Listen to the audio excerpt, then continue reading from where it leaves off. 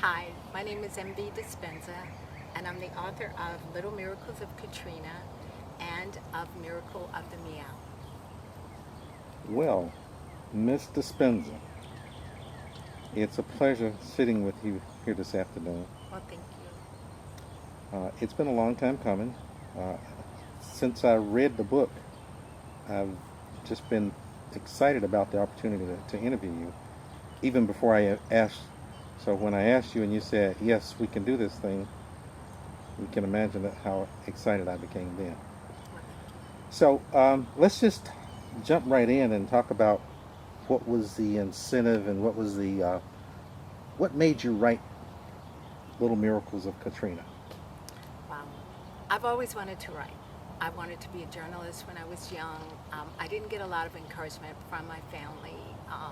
They wanted me to go into nursing or whatever, but over the years, I just wrote every chance I got, poems, little stories, things like that. And I figured at some point it would be my time to write. And I retired about 3 years ago from the corporate world. And as I would share my stories about the events um, of Katrina, people were encouraging me to write a book. They were like, you really have to tell these stories and share them. And so it was all about timing. I think I just felt that the timing was right to put pen to paper. You said you retired from the corporate world, so they really didn't get you to go into nursing. No, no, actually, I grew up around music.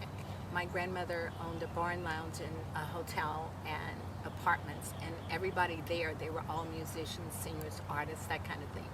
So I wound up moving to California when I was 21, and I found my way into the record business. That's another book down the road, but I never, I realized that I wouldn't do well with a lot of blood. So, um, and so I worked in the record business for almost 20 years, and then when I moved back to Louisiana, somehow, some way, I landed in human resources of all things. Wow, that's Yeah. interesting. So, how did you get from the music industry, bypassing nursing, to the corporate world? I thought about being a nurse when I was a little girl. I think most little girls in my age group, that was one of the things that we wanted to be, a nurse, a teacher, whatever. But I discovered my love of writing, and so I tried to do things that would allow me to do writing. So even in the corporate world, if it was just writing memos and explaining things and that kind of thing, I had the opportunity to write, whereas I didn't think I would do that being a nurse. And so my path really took unexpected turns along the way. So I worked in the record business when I moved to California, and I just found a position that just really allowed me to write artist biographies and press releases and um, just articles in Billboard magazine and in Westwood One, and I just loved it, and I got the fever really to write then, but life kind of got in the way, as we know it does. And so the time came for me to move back home to New Orleans. And when I got here, I wound up going to work for one of the biggest law firms in the Gulf Coast region. And so I started as a legal secretary with no training, but I worked my way up, and then I was promoted to paralegal, and I was there for about 7.5 years. And then right after that, I was going back to school to get my journalism degree, and that's when Katrina hit. So then all of these events started happening, and by the time we had recouped and bought a new home and did all those things, um, I couldn't go back to school. You know, we were rebuilding. We had to buy a new house and do all of that. And so I wound up back in the corporate world working for a wonderful engineering firm.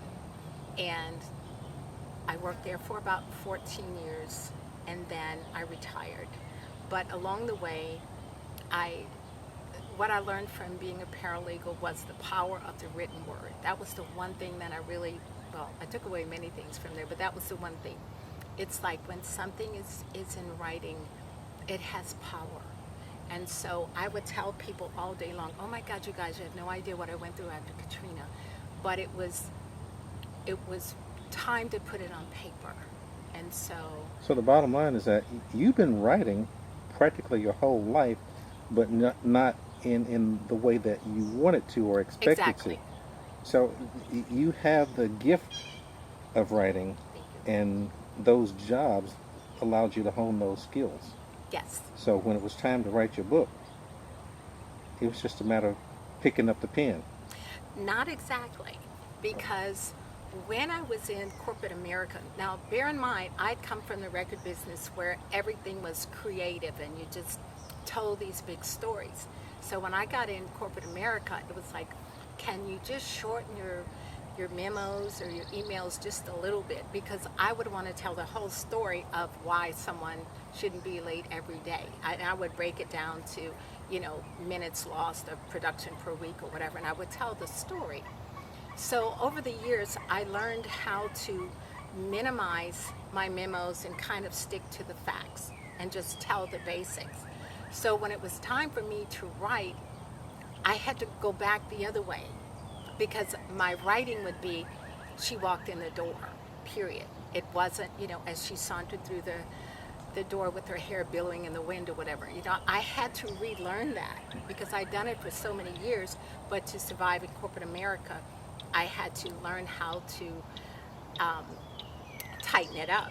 So now I'm writing a book, and now I have to expand again. So it wasn't that easy. I did hire a writing coach, and she was wonderful because she brought out a lot of that.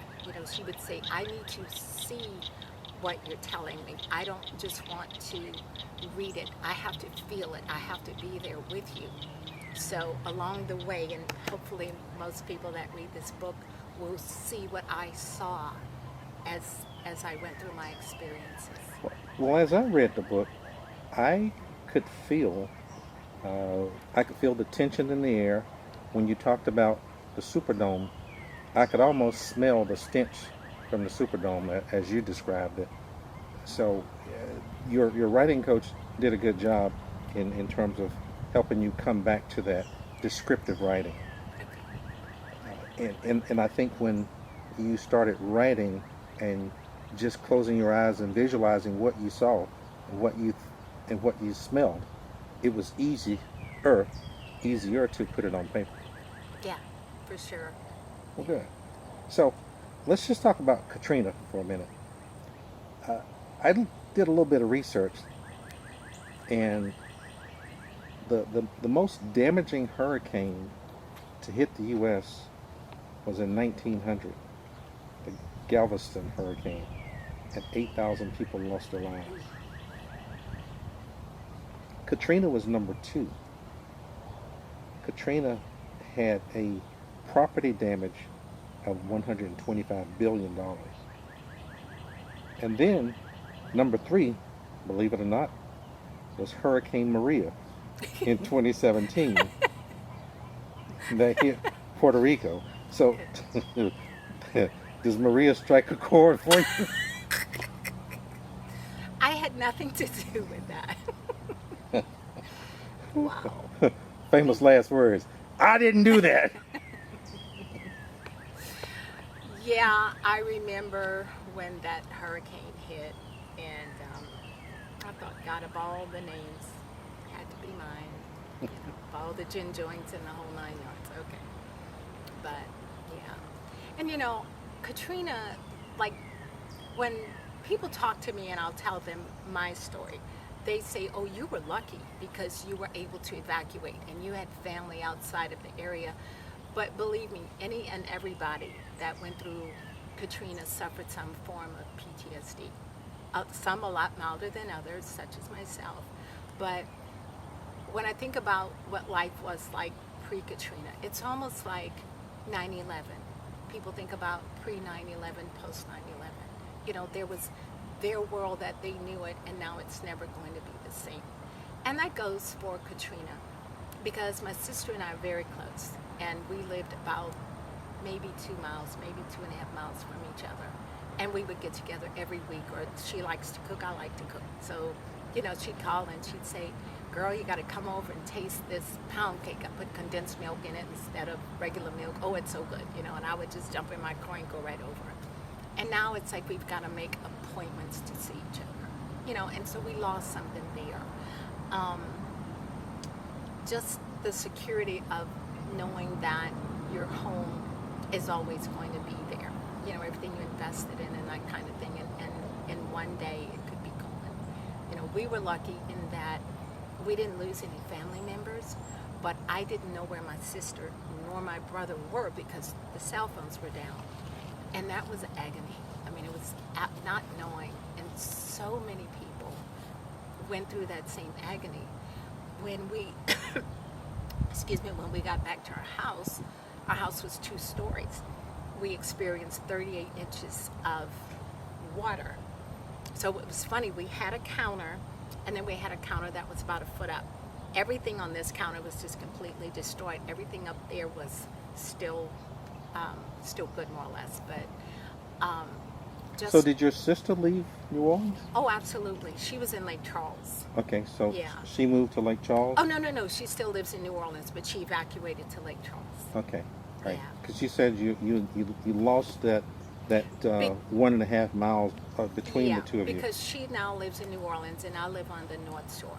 So we're about maybe 55 miles away, maybe a little less. But it's not like just hopping in the car and just going over there and, you know, seeing her. I understand. I actually spent a few hours in the 9th Ward today myself, Oh, wow, okay. and there is still Katrina destruction. So I could see it. There are some houses that have been rebuilt, and they're on 12, 14-foot stilts now. I guess the anticipation of another flood here in the city at some point in time. Ironically, that those bells would be ringing now. You know, it's just kind of makes you think, kind of makes you wonder, kind of makes you think about the people that didn't make it, the people that were floating in the water. Well, the idea of seeing people floating in water, that has to be traumatizing, and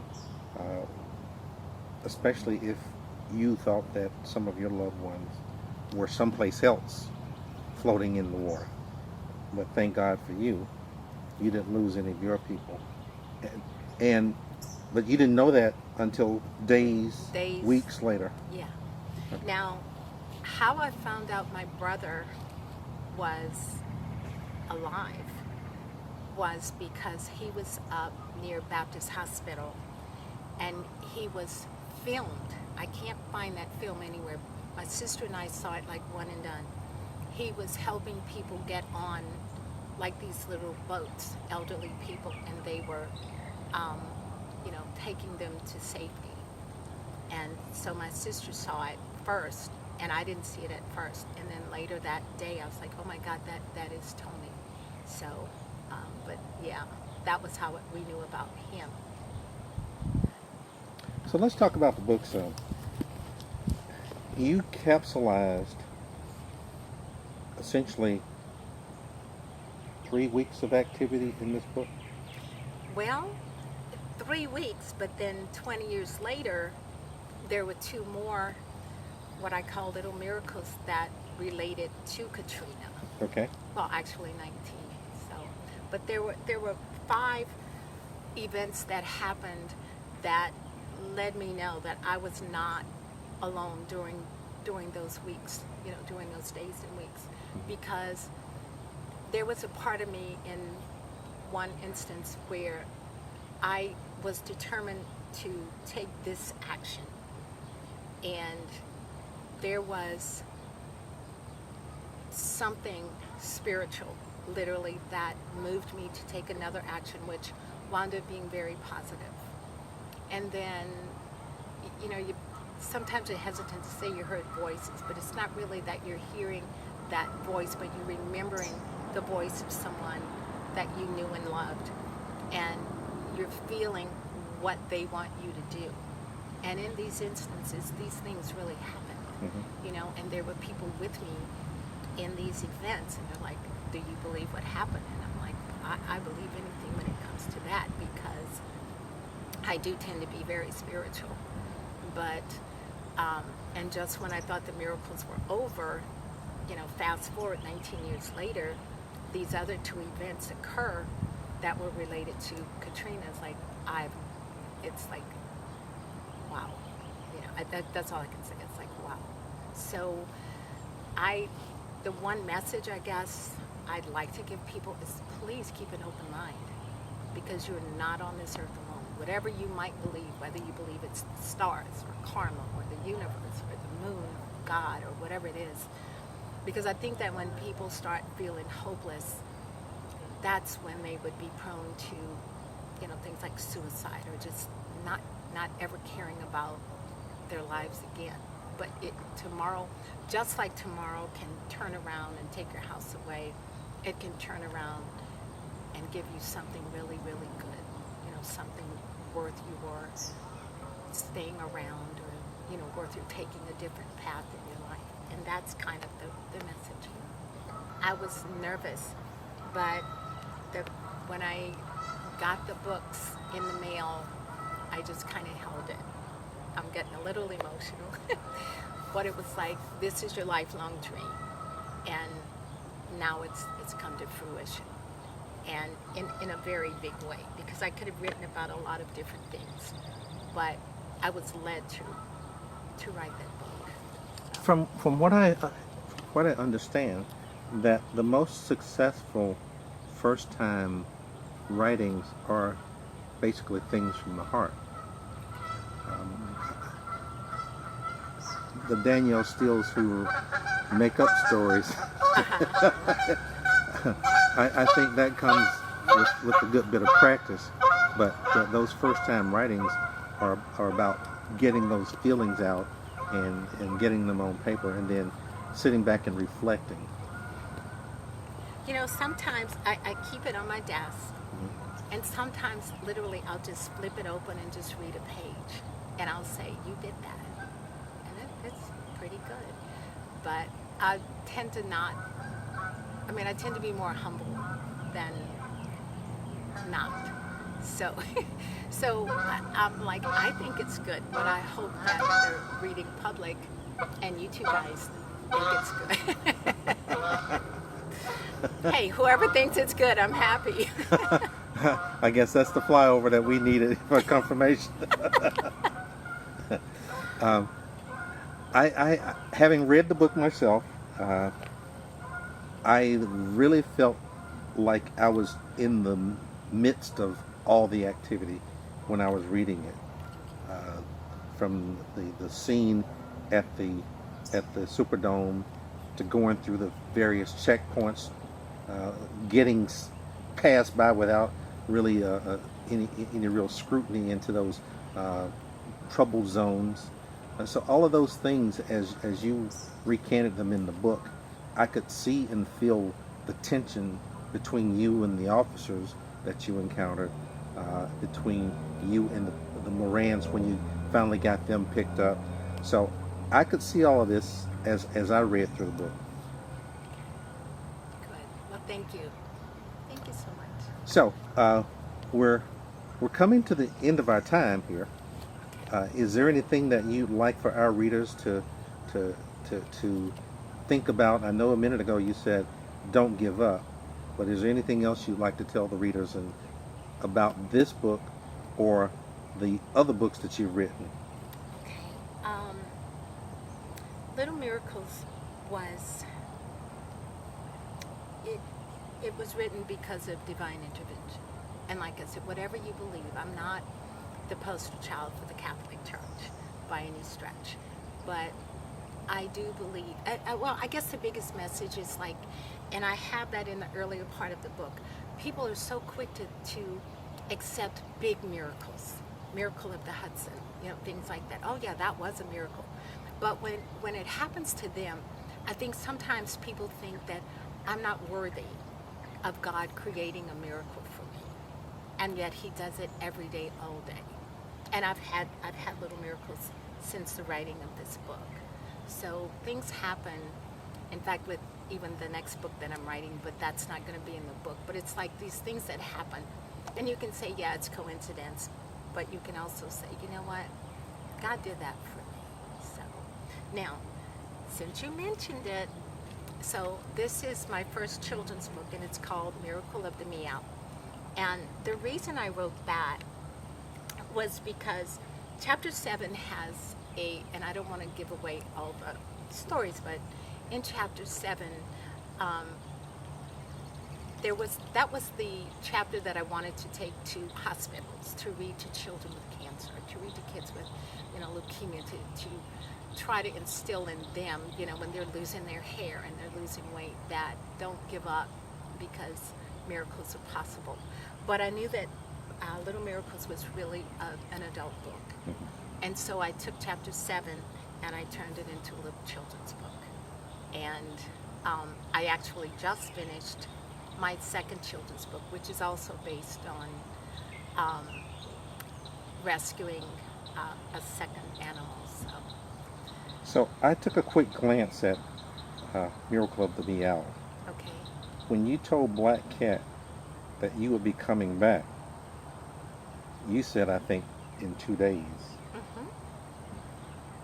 The illustration in the book, the cat is looking at you like, I don't believe this. Let me tell you, that day that I had to leave her, now mind you, I don't ever leave animals behind, but she was borderline feral. She just sort of started showing up at the house. And it was funny because I had a bench just like this outside my front door. And every now and then I would go out there, and she just out of the blue one day came and sat on my lap. And when I went to move, she was like, so I was like, okay. And I couldn't get her down. And any move I made, she dug those claws into my thighs. And I was like, okay. So finally my husband came out and I said, you got to help me. So he jangled his keys and she jumped out. So I'd never picked her up ever. And when it was time to leave, I had 3 cages for my 3 babies, and I'm loading them, and she is just going back and forth, meow, meow, meow, meow. And I'm like, I can't take you. I only have 3. You're feral. You'll beat my cats up. You'll scratch me. I couldn't. But in my heart of hearts, I really thought we were going to be back in 2 days, and it wound up being like 4 weeks. And I thought about her every day, every single day. I cried. It's like, I'm sorry. I just couldn't, but as I said, any other time I left at Crunchies for days and water and, a couple of toys and everything. But yeah, she knew something I didn't know. And I tell you, animals, dogs, cats, they're so smart. But yeah, thankfully it all worked out for the positive, and that's all I'll say. But Okay. yeah. Well, it's been great sitting here with you this afternoon. Well, thank you so much. And we wish you the best with the 2 children's books. I know that the Little Miracles of Katrina, it's already available on Amazon and your website. Are there any other places where our readers could get your book? Well, I did. My books are with Ingram Spark, which means that they're also at Barnes & Noble and maybe even some other bookstores, but primarily Amazon, my website, Barnes & Noble, and then if you would go to my Facebook page, which is Little Miracles of Katrina, you could send a notice if you're in the area and just, want to say hi and pick it up or whatever. Would you autograph it if someone comes to town? Oh, absolutely. Okay. Absolutely. In fact, on my website, it does ask if you want it signed or not signed. I don't use the term autograph because that just seems weird for me. I think of all the artists I worked with over the years. They give autographs. I sign. It's a difference. Okay. Well, on that note, we're going to sign off. Thank you so much for having me. I really appreciate it. Thank you for taking the time. All right.